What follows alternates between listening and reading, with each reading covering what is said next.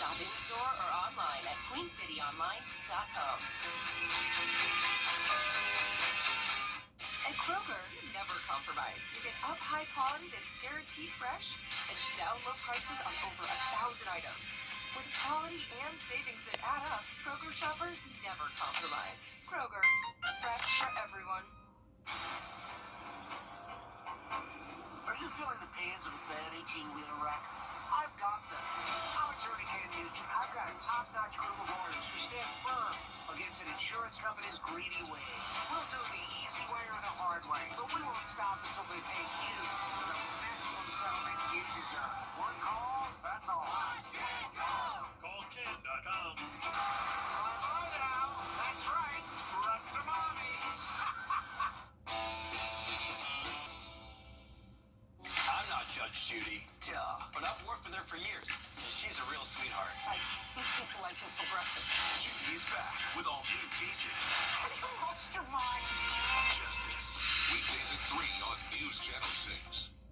The live Viper 6 Skyview Network, sponsored by Terry Lambert Hyundai. Right now on News Channel 6 at 6, going up or staying the same? What Augusta leaders decided on property taxes as your news at 6 starts now. Live from Television Park, this is WJBF News Channel 6 at 6. Good evening, everybody. I'm Brad Means. And I'm Jenny Montgomery. We do thank you for joining us. Coverage you can count on begins at 6 with a surprise move by Augusta commissioners. Yeah, about an hour ago, they approved a rollback tax rate. George Escala shows us what that means and how they plan to cover an $11 million shortfall. Augusta city leaders hit the brakes on hitting taxpayers with another increase on their tax bills after already approving increases to street light and trash fees. We got a lot of work ahead of us, and right now is not time to be raising any taxes. We just don't need to raise people's property taxes. Commissioners voting to roll back property taxes for this year, even with the city facing a nearly $11 million shortfall. Commissioners voting to take funds out of reserve to offset the deficit. A solution, but one even those voting for it acknowledge not the best solution. Is the climate just too bad right now with the streetlight fees that do taxes up? Yes, it is. It is. But if we do that and go into reserve, what's going to happen if we have something happen? And then what we do from there. While the vote takes care of this year, city leaders are going into the next year's budget season still facing a nearly $8 million shortfall. And some city leaders say without the tax hike, they're facing some tough cuts. I don't want to see any employment cuts. Don't want to see an employment cut. Perhaps those positions that we have, they have not been filled. Let's do away with those.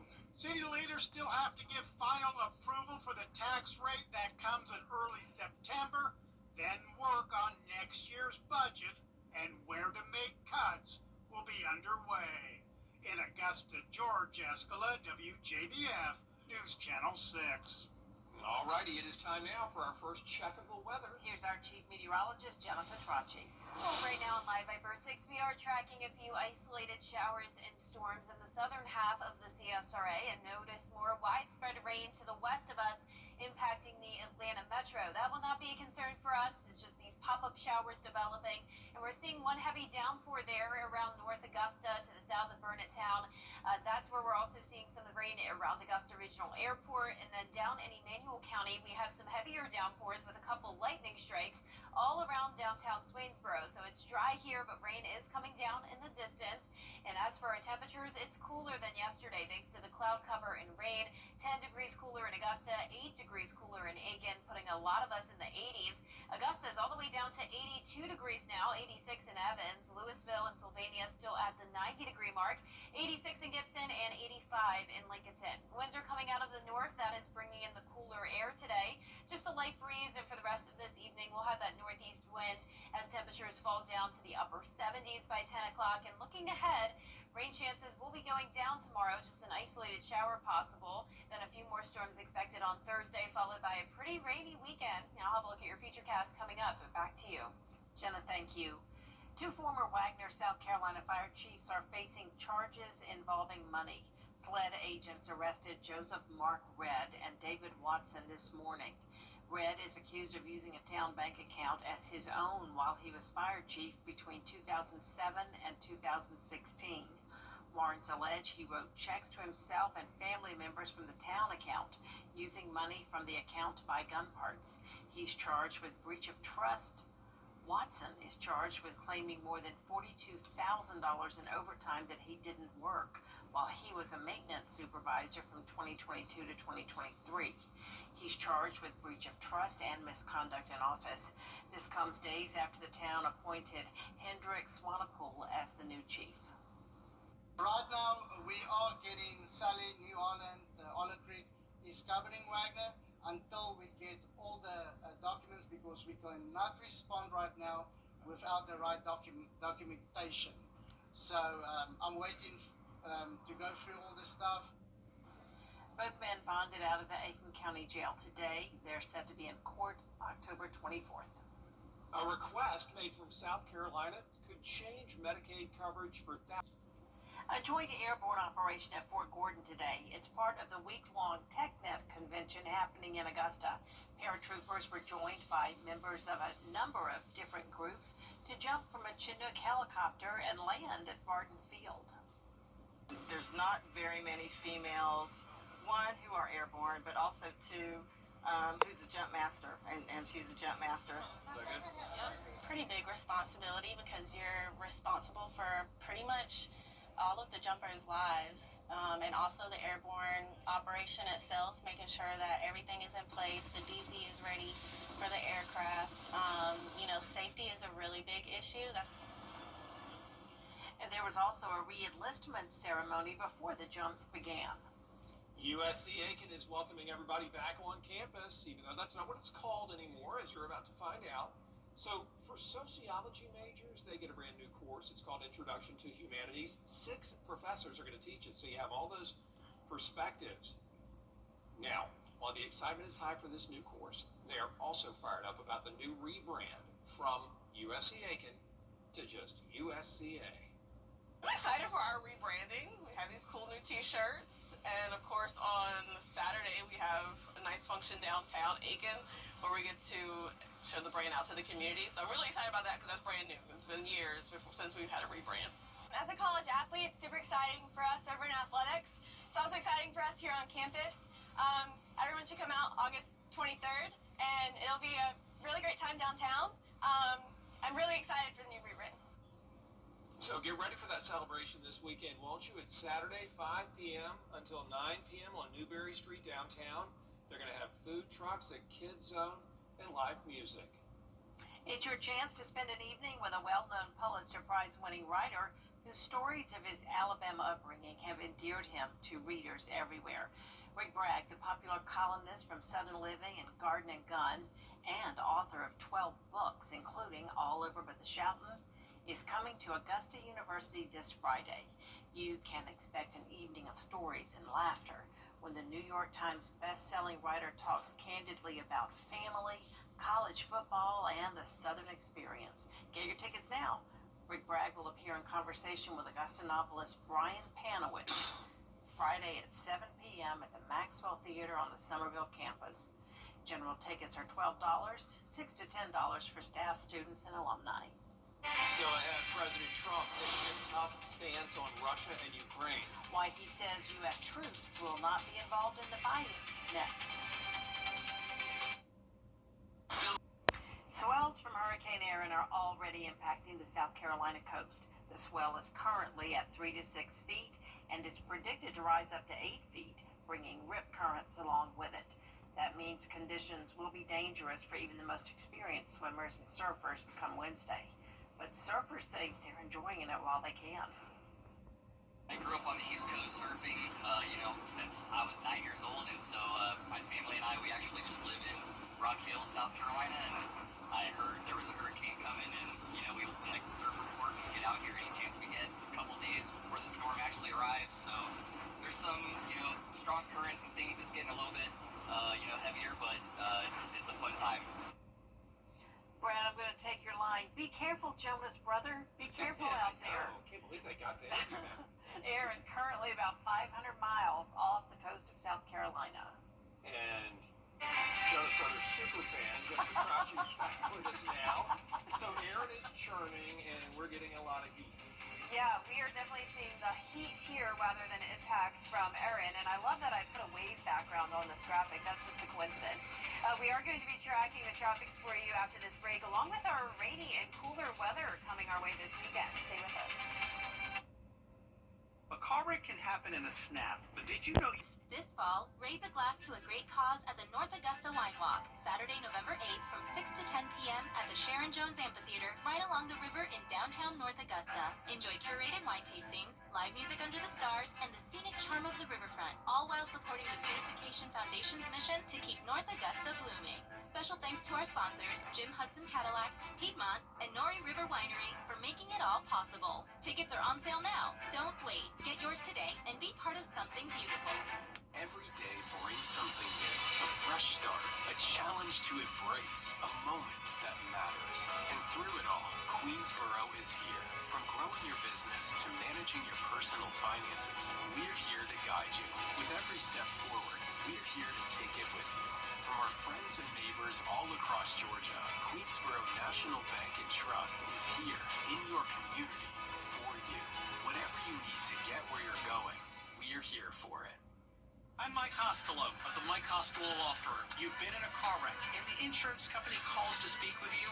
Don't speak to them. I repeat, don't speak to them.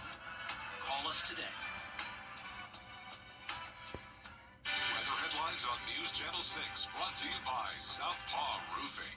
Weather headlines on News Channel 6, brought to you by Southpaw Roofing. Now, your most accurate forecast with WJBF Live Viper 6. Welcome back. Here's another look at some high waves. This is our Terry Lambert Hyundai Skyview cam. You can see it shaking there. It's a little bit windy, and of course we have those rough rip currents and some minor beach erosion happening here over at Daytona Beach. Hope everyone is staying careful. We are seeing some people out and about. We're at 82 though here in town. We're seeing a few showers and storms here in the CSRA. This is not due to Hurricane Erin though. It's feeling like 90. It's still a very muggy day, and you can see here on Live Viper 6 that a lot of areas are dry, but zooming into the metro, Richmond and parts of Aiken County, seeing some spotty showers here and there.